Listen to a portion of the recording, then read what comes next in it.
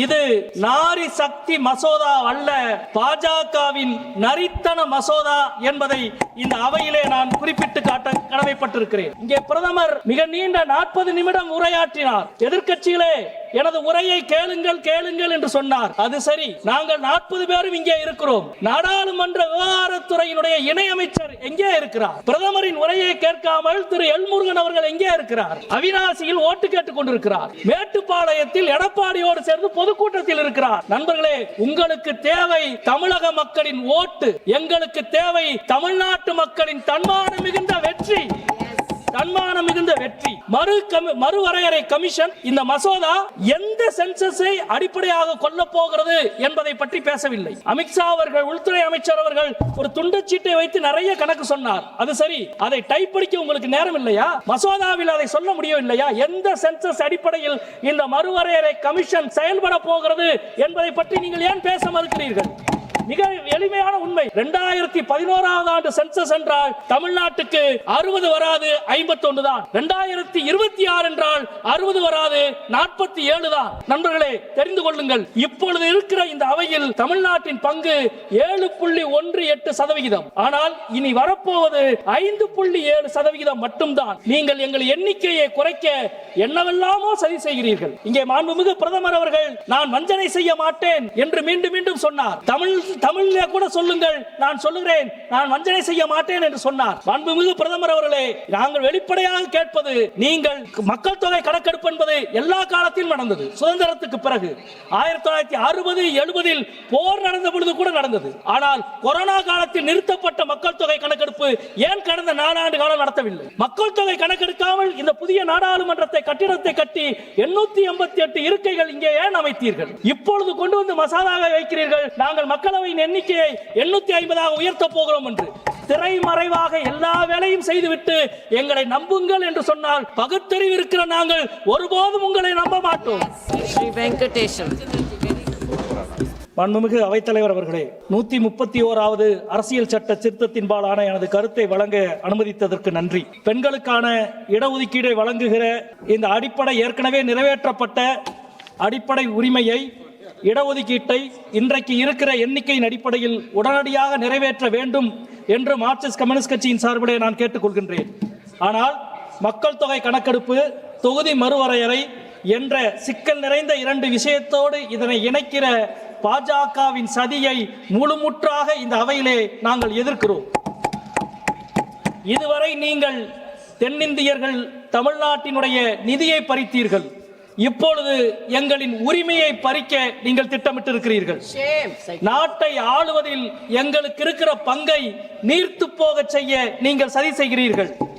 இது நாரி சக்தி மசோதா அல்ல, பாஜகவின் நரித்தன மசோதா என்பதை இந்த அவையிலே நான் குறிப்பிட்டு காட்ட கடமைப்பட்டிருக்கிறேன். 2 பெரிய மாநிலங்களின் தேர்தல் நடந்து கொண்டிருக்கிறது. தமிழ்நாட்டின் சட்டமன்ற தேர்தல் நடந்து கொண்டிருக்கிறது. இவ்வளவு அவசரமாக இந்த அவையை கூட்ட வேண்டிய அவசியம் என்ன? மக்களவையை சேர்ந்த 40 உறுப்பினர்கள் தேர்தல் களத்தை விட்டு நாங்கள் இங்கே வந்து நிற்கிறோம். உங்களுக்கு அந்த பிரச்சனை இல்லை. ஏனென்றால் பாஜகவையோ அதன் கூட்டணியான அதிமுகவையோ ஒரு எம்பி கூட தமிழ்நாட்டு மக்கள் தேர்வு செய்யவில்லை. எனவே நீங்கள் இழப்பதற்கு எதுவும் இல்லை. ஆனால் மாறாக நாங்கள் இங்கே வந்து நிற்கின்றோம். தேர்வு செய்யப்பட்ட நாங்கள் இங்கே வந்து நிற்கிறோம். எங்களுக்கு தேர்தல் வெற்றி தோல்வியை விட தமிழ்நாட்டின் வெற்றி தான் முக்கியம் என்பதுதான் காரணம். இங்கே பிரதமர் மிக நீண்ட 40 நிமிடம் உரையாற்றினார். எதிர்க்கட்சிகளே, எனது உரையை கேளுங்கள் கேளுங்கள் என்று சொன்னார். அது சரி, நாங்கள் 40 பேரும் இங்கே இருக்கிறோம். நாடாளுமன்ற விவகாரத்துறையினுடைய இணையமைச்சர் எங்கே இருக்கிறார்? பிரதமரின் உரையை கேட்காமல் திரு எல்முருகன் அவர்கள் எங்கே இருக்கிறார்?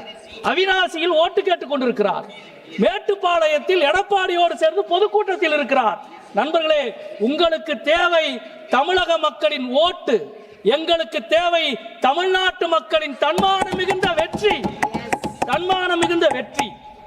அந்த மறுவரையறை பிரச்சனை என்பது இன்றைக்கு நேற்றைக்கல்ல. ஏற்கனவே 1952, 62, 72 ஆகிய காலங்களில் சென்சஸின் அடிப்படையில் மறுவரையறை நடந்தது. ஆனால் தொகுதி மறுவரையறை சென்சஸை கடந்த 50 ஆண்டுகளுக்கு முன்பு 71 நிறுத்தி வைத்து 50 ஆண்டுகள் நிறுத்தி வைக்கப்பட்ட சென்சஸின் அடிப்படையில் மறுவரையறை நடக்கிறது.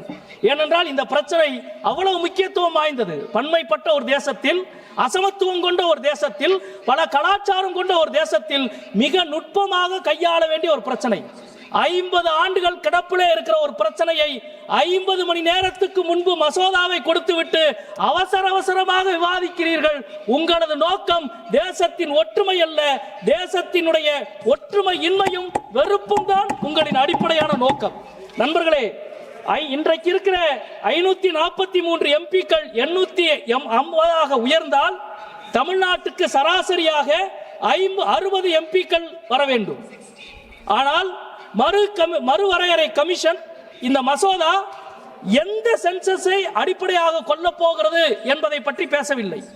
அமித்ஷா அவர்கள், உள்துறை அமைச்சர் அவர்கள் ஒரு துண்டுச்சீட்டை வைத்து நிறைய கணக்கு சொன்னார். அது சரி, அதை டைப் படிக்க உங்களுக்கு நேரம் இல்லையா?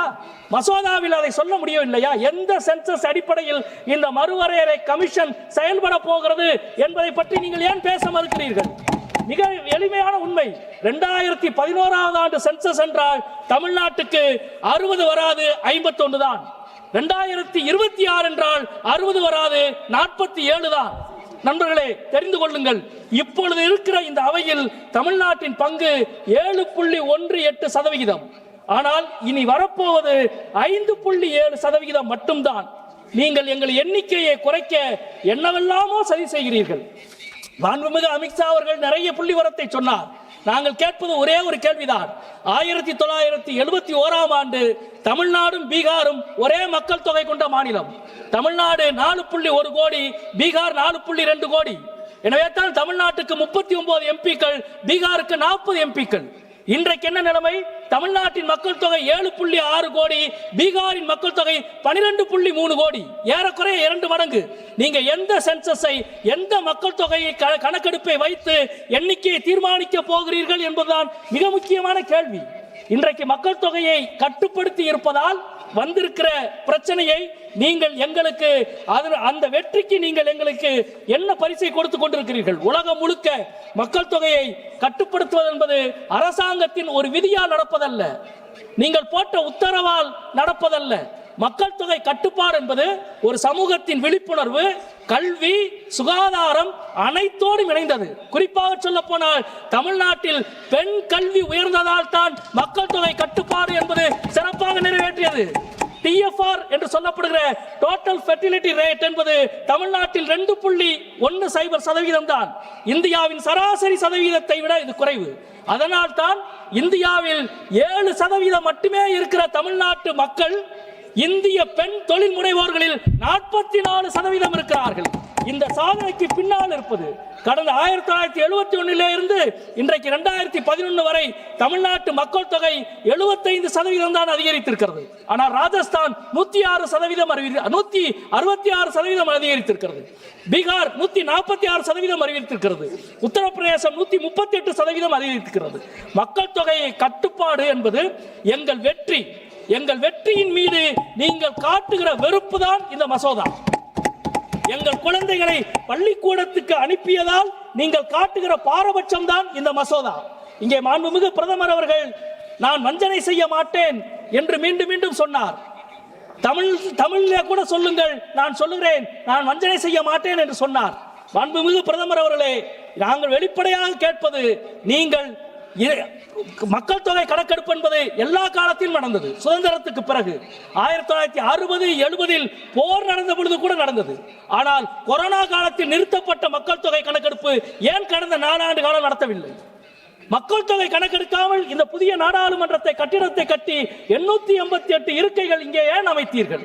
இப்பொழுது கொண்டு வந்து மசோதாவை வைக்கிறீர்கள், நாங்கள் மக்களவையின் எண்ணிக்கையை 850 உயர்த்த போகிறோம் என்று. திரைமறைவாக எல்லா வேலையும் செய்துவிட்டு எங்களை நம்புங்கள் என்று சொன்னால் பகுத்தறிவு இருக்கிற நாங்கள் ஒருபோதும் உங்களை நம்ப மாட்டோம். உங்களது திரைமறைவு அஜெண்டாவுக்கு நாங்கள் முடிவு கட்டுவோம் என்பதை இந்த நேரத்தில் சொல்லிக் கொள்கிறேன். மக்கள் தொகை கணக்கெடுப்பு துவங்கிய காலத்தில் தொகுதி மறுவரையை அரசியலமைப்பினுடைய சுதந்திரத்திலிருந்து அகற்றி எளிய சட்ட திருத்தத்தின் மூலம் இங்கே நீங்கள் தாக்கல் செய்கிறீர்கள். நண்பர்களே, நான் 2 ஆவணத்தை இந்த அவையிலே சமர்ப்பிக்க வேண்டும் என்று நினைக்கிறேன். கடந்த 5 ஆண்டுகளுக்கு முன்பு சென்னை உயர்நீதிமன்றம் மரியாதைக்குரிய நீதியரசர்கள் கிருபாகரன், புகழேந்தி ஒரு மிக முக்கியமான தீர்ப்பை வழங்கியிருக்கிறார்கள். அந்த தீர்ப்பை இந்த அவையிலே நான் வழங்குகிறேன். 1962ஆம் ஆண்டு தமிழ்நாட்டுக்கு 41 எம்பிக்கள், ஆனால் 67இல் 39 எம்பிக்களாக குறைந்தார்கள். மக்கள் தொகை கணக்கெடுப்பு படி கடந்த 15 தேர்தலில் 30 எம்பிக்களை நாங்கள் இழந்திருக்கிறோம். எனவே 62ஆம் ஆண்டு கணக்கெடுப்பு படிதான் மறுவரையறையில் தமிழ்நாட்டு எம்பிக்கள் நிச்சயிக்கப்பட வேண்டும் என்று நீதியரசர்கள் இந்த தீர்ப்பை வழங்கியிருக்கிறார்கள். அதை இந்த அவையிலே நான் சமர்ப்பிக்கிறேன். இரண்டாவது மிக முக்கியமானது, கடந்த ஆண்டு தமிழ்நாடு அரசு நிச்சயித்திருக்கிற மத்திய மாநில உறவுகள் பற்றிய உயர்மட்ட குழுவினுடைய அறிக்கை. 1 மாதத்துக்கு முன்பு இந்த குழு வந்திருக்கிறது. இந்த அறிக்கை மிக முக்கியமாக சொல்லுகிற உண்மை என்னவென்றால், கடந்த தொகுதி மறுவரை விஷயத்தில் இந்திய அரசு அடுத்த 100 ஆண்டுகளுக்கு எந்த மாற்றமும் செய்யக்கூடாது. 2226இல் தான் மாற்றம் செய்ய வேண்டும். ஏனென்றால் வெறுமன காலக்கணக்கல்ல, அறிவியல் பூர்வமான ஆய்வை இவர்கள் நடத்தி சொல்லியிருக்கிறார்கள். 100 ஆண்டுகளில் ஐநா கணக்கெடுப்பு படி மக்கள் தொகை விகிதத்தில் 2066இல் இந்தியாவுடைய மக்கள் தொகை உச்சத்தில் அடையும். எனவே 100 ஆண்டுகள் அதை செய்ய வேண்டும் என்று. நண்பர்களே, இறுதியாக பெண்களை பணயம் வைத்து அரசியல் செய்வது வலதுசாரிகளுக்கு காலம் பூராவும் இருக்கிற பழக்கம். இப்பொழுதும் பெண் ஒதுக்கீட்டு இடஒதுக்கீட்டு மசோதாவின் அடிப்படையில் தான் நீங்கள் இதை கொண்டு வருகிறீர்கள். நிச்சயமாக திரௌபதியை பணயம் வைத்து கபட நாடகம் ஆடியதை போல நீங்கள் எங்களை கபட நாடகம் ஆட்ட நினைக்கிறீர்கள். நாங்கள் திரௌபதியின்